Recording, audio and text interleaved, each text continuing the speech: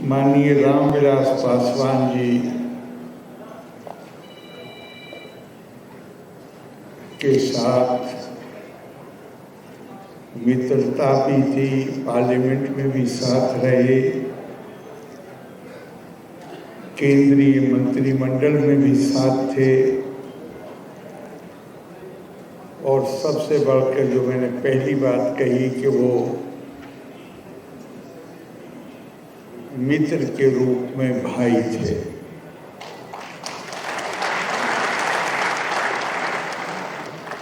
बहुत पुराना रिश्ता,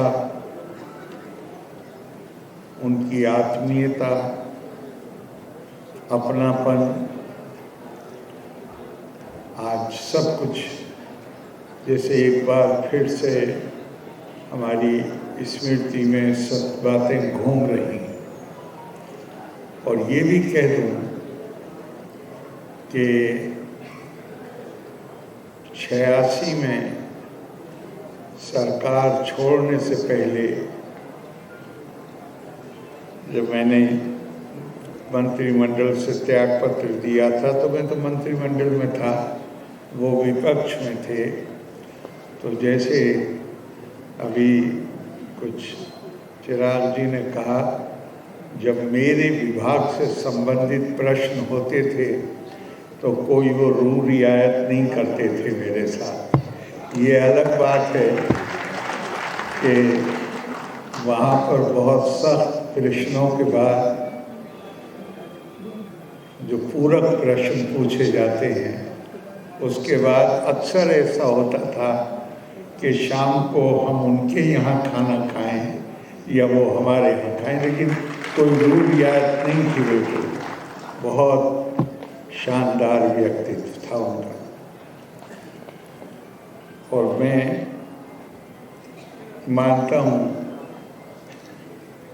कि वो आदमी राजनीति के लिए राजनीति में नहीं थे। कोई उद्देश्य था, कोई मिशन था, कोई चिंगारी थी उनके अंदर।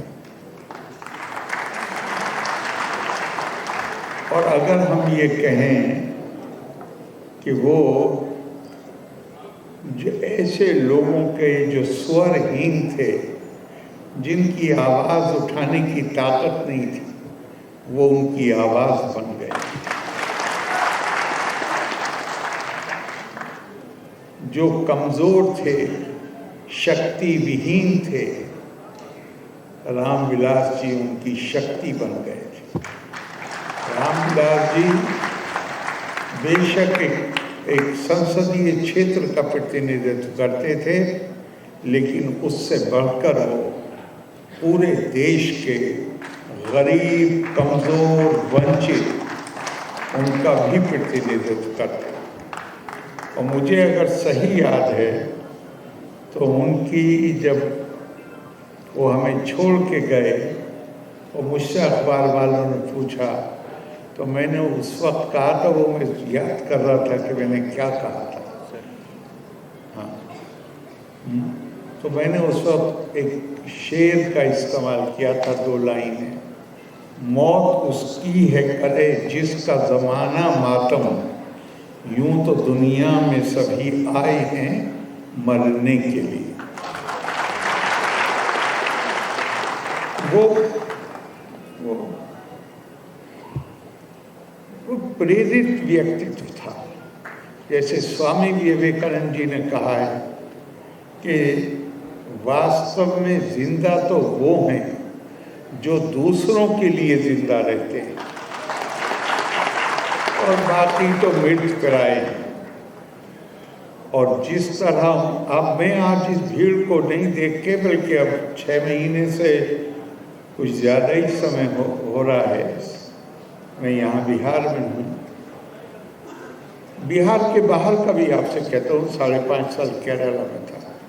रामविलास जी के लिए बड़ा आदर का और सम्मान का भाव है लोगों के दिल में, और यहाँ उसका जोरदार प्रदर्शन हो रहा है। तो मुझे ये तभी संभव होता है किसी और तरह संभव नहीं होता है। भगवान कृष्ण ने अर्जुन से कहा कुरुक्षेत्र में, पार्था न एवा इहा न अमुत्रा विनाशः तस्य विद्यते नहीं कल्याण कृत कश्चित दुर्गतिं तात गच्छति। अर्जुन गौर से सुनो, जो लोग अपना जीवन, अपना समय, अपनी ऊर्जा दूसरों का कल्याण करने में लगाते हैं, उनकी ना इस जगत में दुर्दशा होती है, ना उनकी यहाँ के बाद दुर्गति होती है। मैं मित्र अपने भाई रामविलास पासवान जी की स्मृति में अपनी श्रद्धांजलि अर्पित करता हूँ। अब वो मेरे भाई थे, तो चिराग क्या हुए मेरे लिए आप समझ सकते हैं। मैं चिराग को जैसे मैं अपने बेटे को शुभकामनाएं दूंगा, इसी तरह मैं चिराग को अपनी शुभकामनाएं।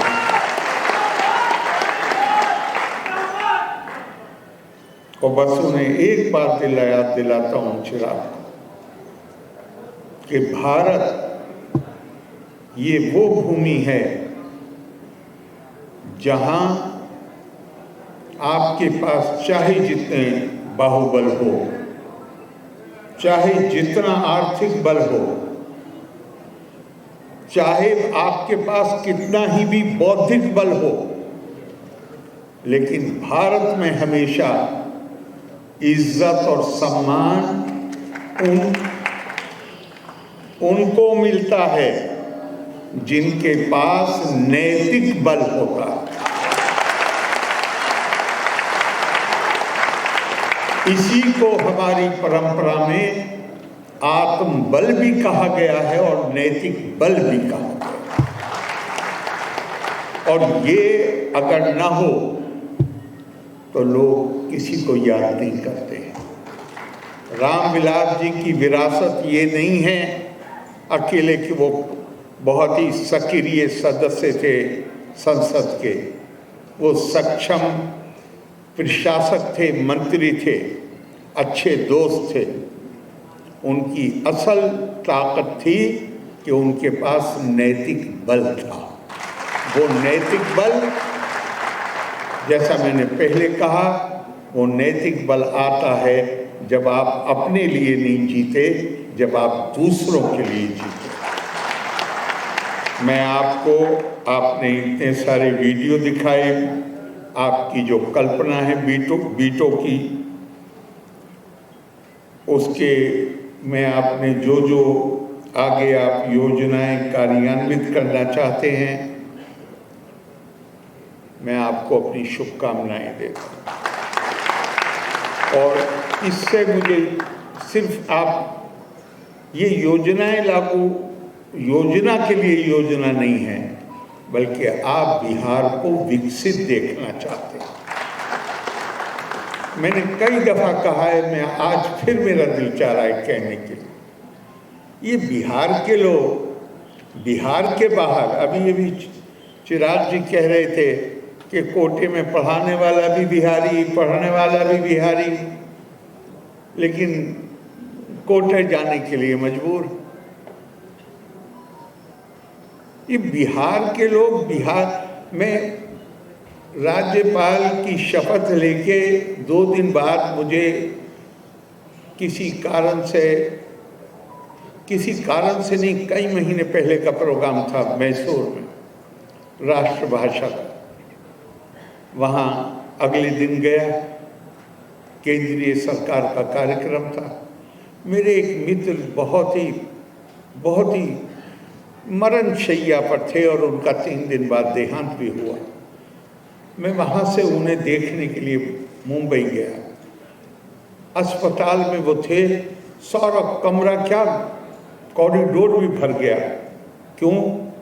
कि इतने लोग बिहार के काम करते हैं उस अस्पताल में, वो सब के सब इकट्ठे हो गए।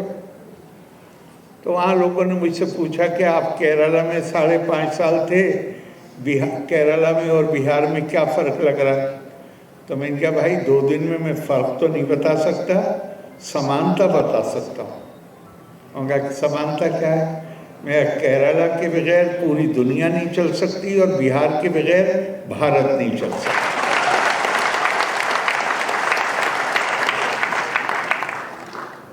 तो क्यों है ऐसा? एक कारण, मैं सारे कारण नहीं बता रहा हूँ, एक कारण जो मुझे समझ में आता है वो ये है कि बिहार के बाहर जब बिहारी होता है तो उसकी पहचान बिहारी की होती है। वो शर्माता नहीं है मैं बिहारी हूँ, लेकिन बिहार के अंदर चिराग लेके भी ढूंढो, चिराग पासवान नहीं, ये तो वो काम कर रहे हैं बनाने का, लेकिन आप दीपक लेके ढूंढो तो बिहारी नहीं मिलता। या तो इस कम्युनिटी का है या इस कम्युनिटी का है या इस जाति का है या इस जाति का। जिस दिन आप बिहार में बिहारी हो जाएंगे, मेरे ख्याल से बहुत सारी समस्याएं खुद ब खुद चली जाएंगी। आपने अभी, मैं आपको भी 3 दिन पहले पूरी कोशिश जो हमसे संभव है वो कर रहे हैं, लेकिन भाई थोड़ा सा, मैंने जिस नैतिक बल की बात कही है वो केवल नेताओं में नहीं, हर किसी के अंदर उसको पैदा करने की ज़रूरत है। पहल नेताओं को करनी पड़ेगी। 3 दिन पहले मुझे हमारे एक वाइस चांसलर ने बताया, मेरी समझ में नहीं आया कि मैं क्या उस पर क्या प्रतिक्रिया दूं, शर्म से सिर झुक जाए। वाइस चांसलर, मैं कहीं का नाम नहीं ले रहा हूं, वाइस 3 दिन पहले, सिर्फ 3 दिन पहले, 4 दिन पहले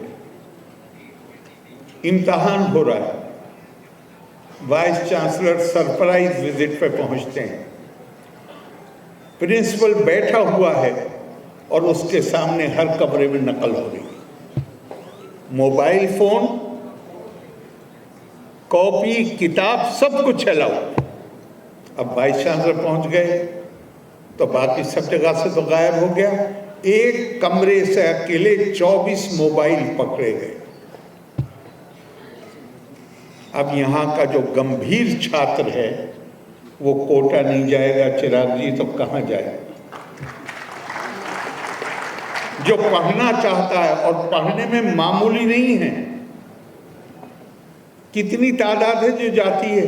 10% होगी, 15% होगी, लेकिन ऑल इंडिया सर्विसेज का रिकॉर्ड देखिए, वो 10% दूसरे प्रदेश की पूरी जनसंख्या का मुकाबला करते हैं। और बिहार का जो नंबर है IAS में, IPS में, केंद्रीय परीक्षाओं में, वो गर्व से भर देता है। तो बिहारी के अंदर क्षमता की कोई कमी नहीं, शानदार इतिहास है, शानदार परंपराएं हैं, प्रेरणा लेने के लिए इतनी चीजें हैं, ऐसे व्यक्तित्व हैं। ये भूमि पावन भूमि है। अब ये हमारे ऊपर है, हम इसके वारिस हैं, हम अपनी विरासत को किस तरह संभाल के चलते हैं। हम गर्व के साथ कहते हैं ना, ये माँ सीता की जन्मभूमि है। हम गर्व से कहते हैं कि यहाँ बुद्ध आए, यहाँ भगवान महावीर आए, यहाँ गुरु गोविंद सिंह जी आए। ये आध्यात्मिकता की भी भूमि है, और उससे बड़ा नैतिक बल कहीं से नहीं आता। तो आपका जो कुछ भी मैंने आज यहाँ देखा, मुझे बहुत खुशी हुई है। मैं आपको अपनी सारी शुभकामनाएं देता हूँ। आप मंच पे बैठे हुए हमारे चिराग जी, उनके साथी, और आप सब जो हॉल में हैं, सबको अपनी शुभकामनाएं देता हूँ। लोका समस्ता सुखिनो भवन्तु। धन्यवाद। जय हिंद।